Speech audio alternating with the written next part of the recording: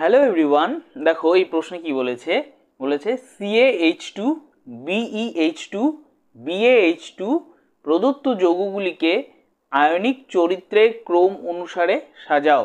ঠিক আছে, ionic character এর অর্ডার অনুসারে আমাদের সাজাতে বলেছে।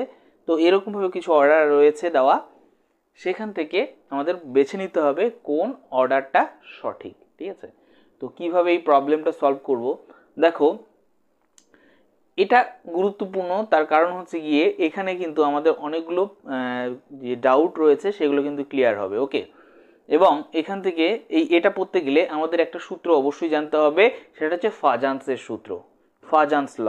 ঠিক আছে, ফাজানের সূত্র। সেখানে কি বলা হয়েছে, ফাজান লয়ে কি বলা হয়েছে, কোনো আয়নিক যৌগে সমযোজী ক্যারেক্টার উৎপন্ন হয় কতটুকুনো, সেটা কিন্তু ফাজান্স লয়ের মাধ্যমে আমরা বুঝতে পারি। আয়নিক যৌগে কতটুকুনো সমযোজী ক্যারেক্টার বৃদ্ধি পায় সেটা আমরা বুঝতে পারি ফাজান্স লয়ের মাধ্যমে। ঠিক আছে, তো সেখানে আমরা একটা সূত্র পড়েছিলাম যে কি ফাই ইজ ইকুয়াল টু কি ছিল, ক্যাটায়নের চার্জ বাই ক্যাটায়নের ব্যাসার্ধ, তাই তো। এবার ফাইটা কি ছিল, আয়নীয় বিভব বা আয়নীয় বিভবে লিখি, আয়নীয় বিভব, তাই না। সমান সমান কি ছিল, ক্যাটায়নের চার্জ, ইংলিশে লিখছি,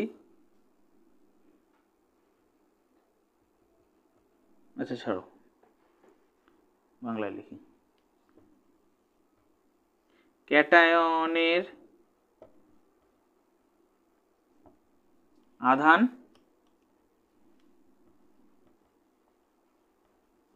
বাই ক্যাটায়নের ব্যাসার্ধ,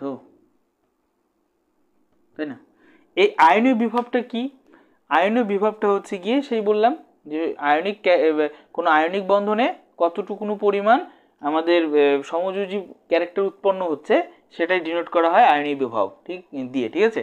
তো আয়নীয় বিভব এর পরিমাণ যদি বৃদ্ধি পায়, আয়নীয় বিভব এর মান যদি বৃদ্ধি পায়, তাহলে কোনো একটি কম্পাউন্ডের সমযোজী ক্যারেক্টার বা ধর্ম বৃদ্ধি পাবে। খুব ভালো করে এটাকে নোট করো যে ফাইয়ের মান যদি বৃদ্ধি পায় তাহলে কি হবে, সমযোজী ধর্ম বৃদ্ধি পাবে। বোঝা গেল, ফাইয়ের মান বৃদ্ধি পেলে সমযোজী ধর্ম বৃদ্ধি পাবে। আর ফাইয়ের মান ডিপেন্ড করে ক্যাটায়নের চার্জ বাই ক্যাটায়নের রেডিয়াসের উপর। বোঝা গেল। আবার আরেকটা জিনিস তোমরা মনে রাখবে যে কোথাও সমযোজী ধর্ম যদি কমে যায়, কোথাও যদি সমযোজী ধর্ম কমে যায় তাহলে কি হবে, আয়নীয় ধর্ম কিন্তু বাড়বে। ঠিক আছে, এই দুটো পয়েন্টের উপর ভিত্তি করে আমাদের এই প্রবলেমটা কিন্তু সলভ হবে। সমযোজী ধর্ম যদি কমে তাহলে কিন্তু আয়নীয় ধর্ম বাড়তে থাকবে, এবং আমাদের এই ফাইয়ের ইকুয়েশনটা মনে রাখতে হবে, যেটা দিয়ে এই প্রবলেমটাকে সলভ করব। ওকে, তুলে নিয়েছো তোমরা। এবার দেখো এগুলো কিন্তু মনে রাখবে, ঠিক আছে, কারণ এটা আমি মুছে দিচ্ছি, তোমাদের খাতায় থাকবে আর আমি এখান থেকে বলবো। তো দেখো এখানে মজার বিষয়টা হচ্ছে গিয়ে যে অ্যানায়নিক যে পার্টটা সেটা কিন্তু সবার ক্ষেত্রে সেম, তাই না। এই যে এটা দেখো, এটা কিন্তু সবার ক্ষেত্রে সেম, মানে H2 সবার ক্ষেত্রেই আছে। চেঞ্জ কে, ক্যালসিয়াম আছে এখানে, বেরিয়াম আছে, বেরিলিয়াম আছে, বেরিয়াম আছে, তাই তো। এটা কোন গ্রুপে রয়েছে, আমাদের সেকেন্ড 2 নম্বর গ্রুপটা রয়েছে, তাই তো। সেখানে কি রয়েছে, প্রথম বেরিলিয়াম, ম্যাগনেসিয়াম, তাই তো, calcium, strontium, beryllium, magnesium, calcium, strontium, তাই তো, তারপর বেরিয়াম। তো এরকম রয়েছে। সবার ওপরে কে রয়েছে, সবার উপরে রয়েছে বেরিলিয়াম, তাই তো। তারপরে ম্যাগনেসিয়াম, তারপরে রয়েছে ক্যালসিয়াম, তারপরে রয়েছে বেরিয়াম। ঠিক আছে, তার মানে আয়নিক ব্যাসার্ধের দিক থেকে বেরিলিয়াম, ক্যালসিয়াম, বেরিয়াম। ঠিক আছে, তো আয়নিক দিক থেকে সব থেকে বড় কে, সাইজের দিক থেকে বড় কে, সব থেকে বড় কিন্তু আমাদের বেরিয়াম, তাই তো। তার থেকে একটু ছোট হচ্ছে ক্যালসিয়াম, তার থেকে আরেকটু ছোট বেরিলিয়াম, তাই না। তাহলে এ ক্যাটায়নিক দিক থেকে সব থেকে বড়। তাহলে পরে মনে করে দেখো ফাজান্স লয়ে কি বললাম, চার্জ বাই রেডিয়াস ক্যাটায়নে, তাই না। তাহলে রেডিয়াস যদি বৃদ্ধি পায়, রেডিয়াস যদি বৃদ্ধি পায়, রেডিয়াস যদি বৃদ্ধি পায় তাহলে ফাইয়ের মানটা কমবে, তাই তো?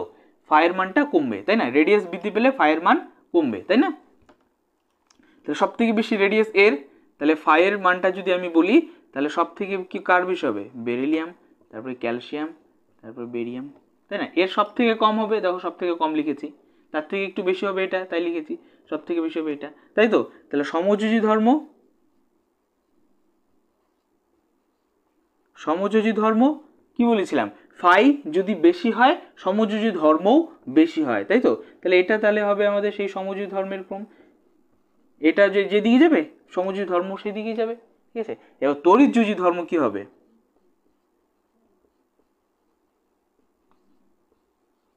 ধর্ম বা আয়নীয় ধর্ম, তাই তো?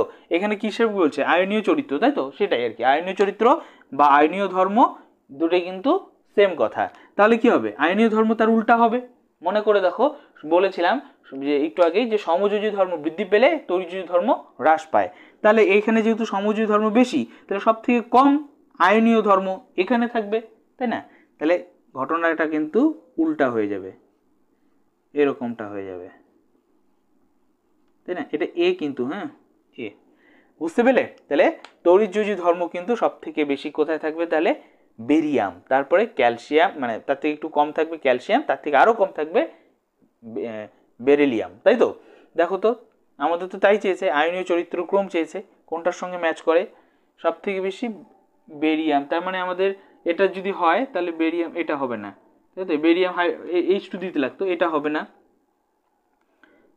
তারপরে এটা হতে পারে, বেরিয়াম আছে, তারপরে ক্যালসিয়াম নেই, ক্যালসিয়াম নেই, তাহলে হবে না কিন্তু, তাই তো? দেখো এখানে বেরিয়াম, এটা বেরিয়াম, ঠিক আছে, এখানে ক্যালসিয়াম, কিন্তু এখানে কিন্তু ক্যালসিয়াম নেই, সুতরাং এর জন্য হবে না।